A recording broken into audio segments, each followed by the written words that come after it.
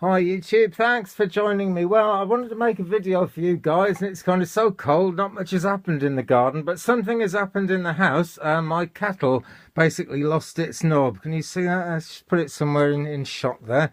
That's not very good, is it? I'm afraid the light is not great in these things. Let's come up a bit. Let's adjust that a bit. Yeah, that's more like it. Right, this is the knob. Which was on top of my kettle, on the kettle lid, and I let the kettle boil over, unfortunately, and it actually boiled dry because I was busy on the phone and I didn't realise. So it boiled completely dry and it has damaged the plastic. I'll just bring that up close. Can you see that? It's, there's no way of getting the screw back into that, so I'm going to have to make a new one. Not a problem, actually. I think I'm going to prefer having a wooden one to having a plastic one. It's probably a bit safer when it's getting hot all the time. So I found a bit of teak, really hard, close-grained wood. I could fancy using ash for this, actually, but I couldn't find ash anywhere. But ash is kind of food safe, basically, and pretty well water safe as well. But this seems great. I've made, I've eaten out of things made of teak before, and it wasn't too bad. A lot of natural oils in to protect it. So I'm going to just kind of measure this thing up a bit. Let's just move the camera so I can show you.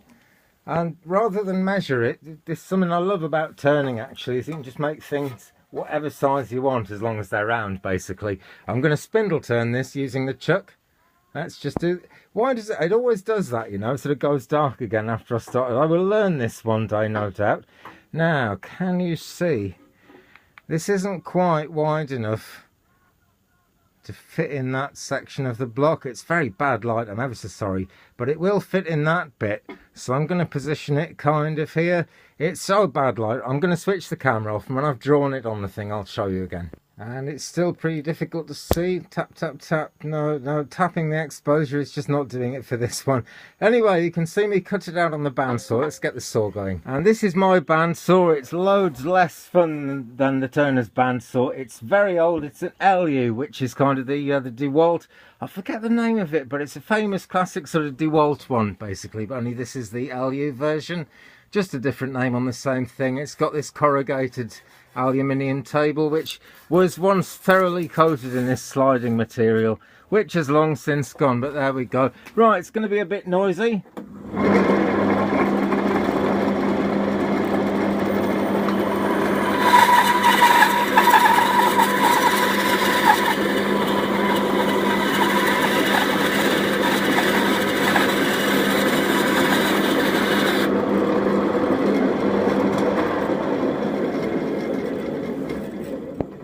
There we go, it went dark halfway through. I'm getting used to that now. I'll get to understand that one day. Well, now it's kind of roughly the right shape, but it still needs to kind of come down to a cylinder. I think I'm going to take care of that on the machine though, because it's not actually very wide. Just a thought, if you're using a bandsaw, always make sure this gap, let's just come down a bit. Of course, this is super important safety stuff. Oh no, it won't come down any more than that. Never mind. Oh, isn't that typical? Right, but basically this gap here, and it shouldn't actually be that much, but you just need a little bit of clearance above the block. If it's a bigger block than that, you can wind it up.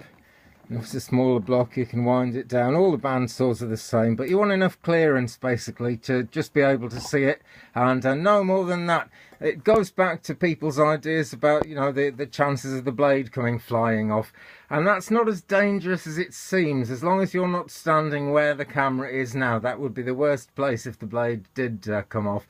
But once the blade breaks, it's not actually driven. They don't fly, well, they can fly a fair bit, but they, as soon as they touch something, they tend to stop without really cutting it. I don't want to make anyone complacent. Do be very, very careful. But as long as you've not got too much of a gap there, you're about as safe as you can be. And frankly, I shouldn't really have put my fingers in close like that either. You can use a push stick.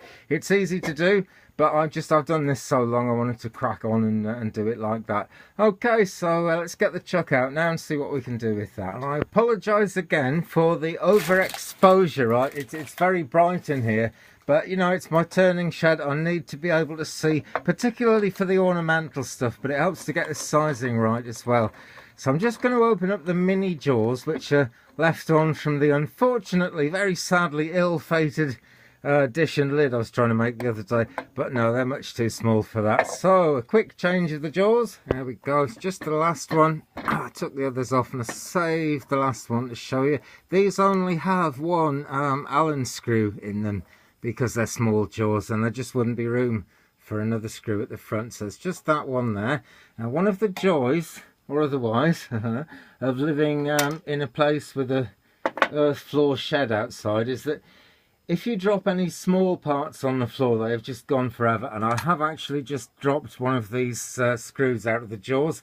I am actually going to need all 8 for the next job, so I'm not sure how that's going to go, but we shall crack on. Another thing to know about these jaws, they're all the same. They have a little number on them.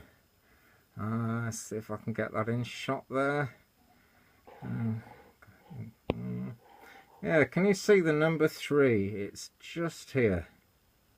Just there. Oh, there it is, yeah, the number 3 there. And when we look on the edge of this, we find there are numbers. That's actually number 4. So number 3 has just come off this one. And when we put them on, we put them in that order as well, because these aren't all exactly evenly positioned. They're driven by a spiral thread, so they all sit in slightly different places, and they're CNC machined to actually have the... It's important that they have the jaw with the number. So as I get the next jaws out, that's number 3 there. So put that back, actually. Where's number 1? Number 4. Number 1, there we go. Now this one shall have 2 screws in it, and I should be very careful not to drop them. Okay. So where is number 1? I saw it somewhere. There. Okay.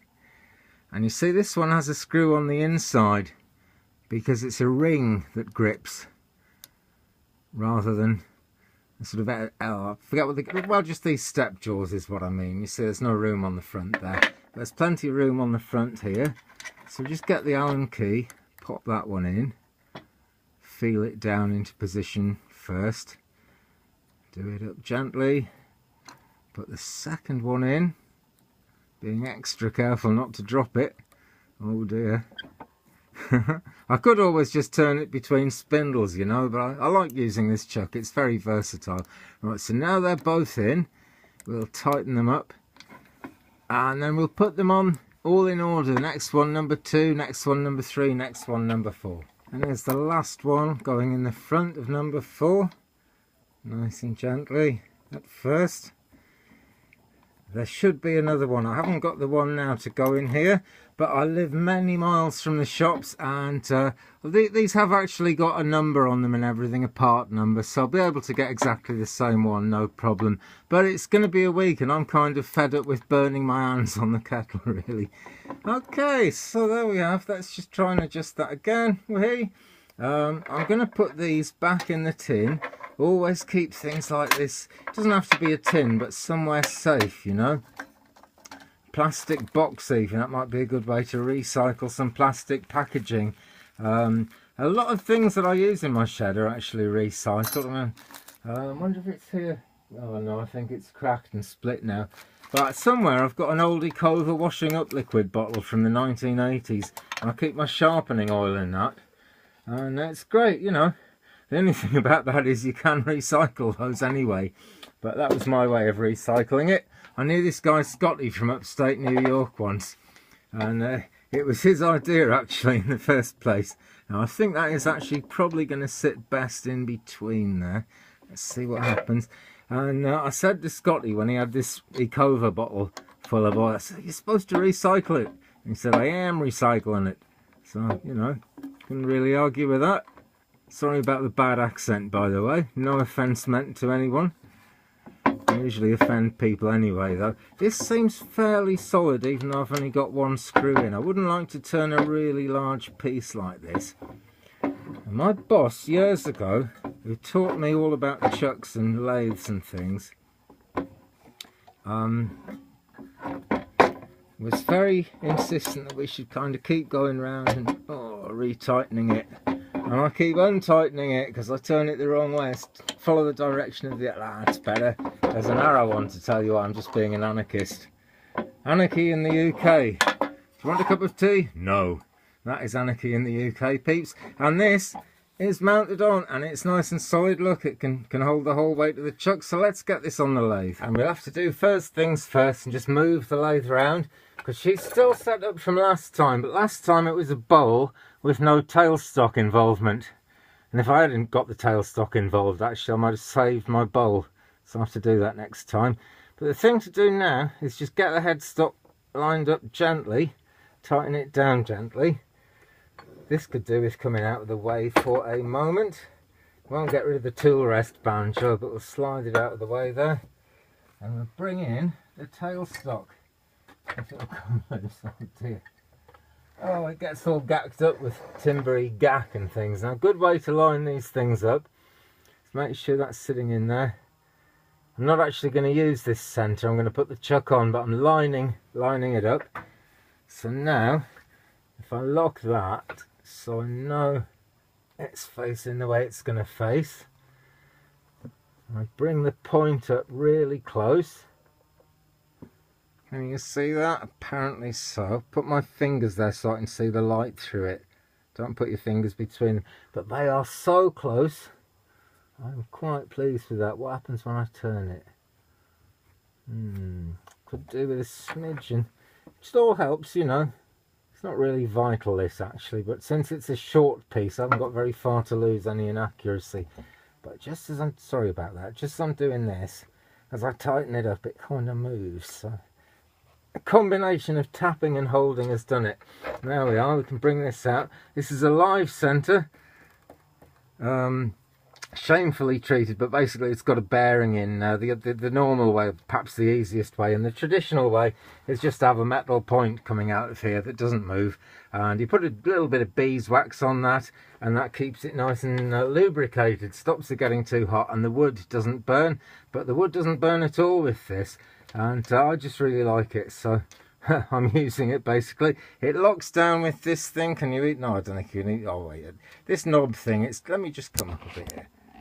Come on, there we go. Yeah, this knob, you know, it tightens down, and there's a hand wheel at the back here as well, which can advance it.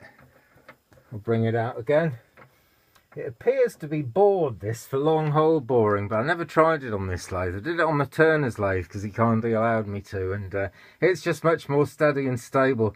This is a very stable lathe, and I'm delighted that I bought it many years ago, and it was second hand then.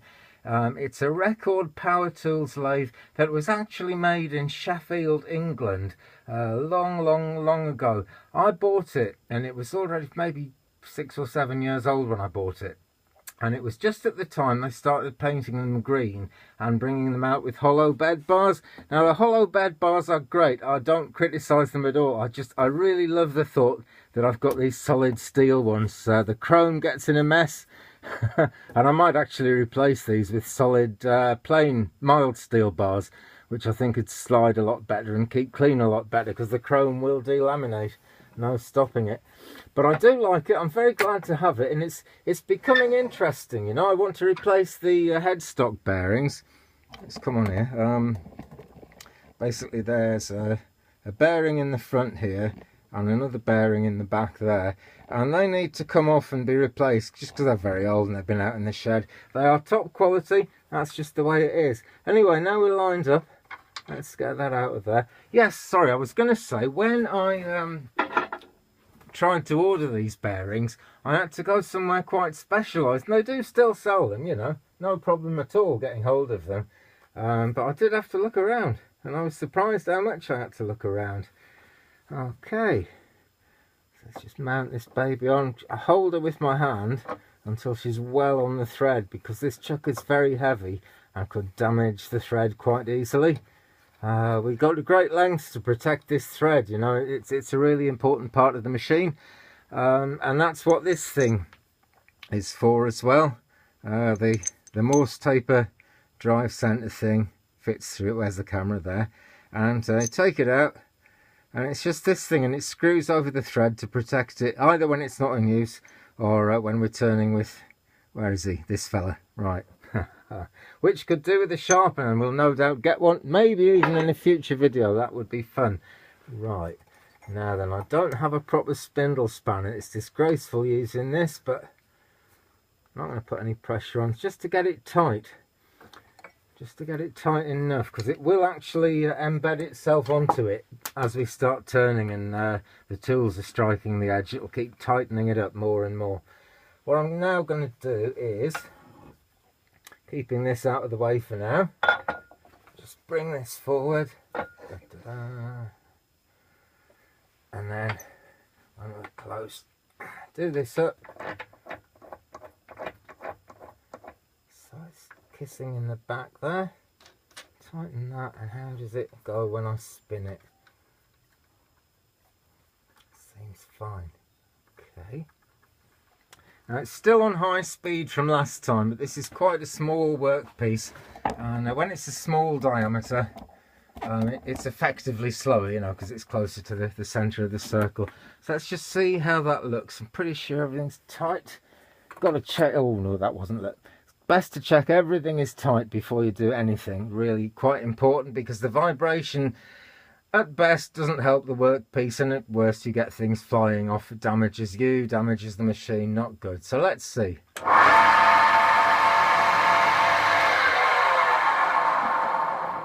Does want tightening up a bit. What about that? And that has got it.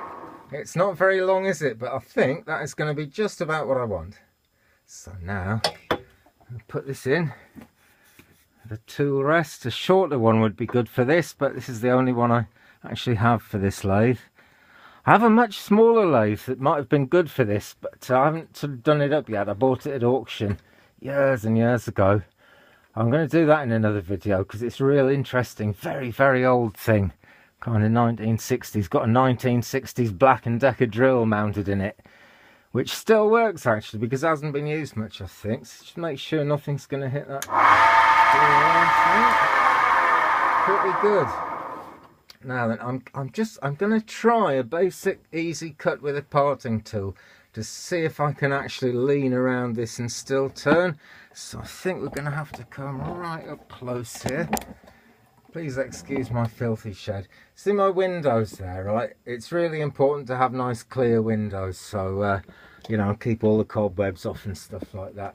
And the last thing you want is kind of brambles growing in the building as well. But it's all part of the fun, all part of the country life.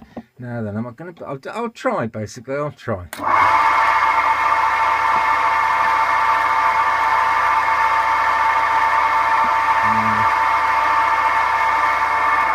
I'm sorry, can't get anywhere near it with the tool. I'm sorry, you're going to have to kind of take it to one side a bit.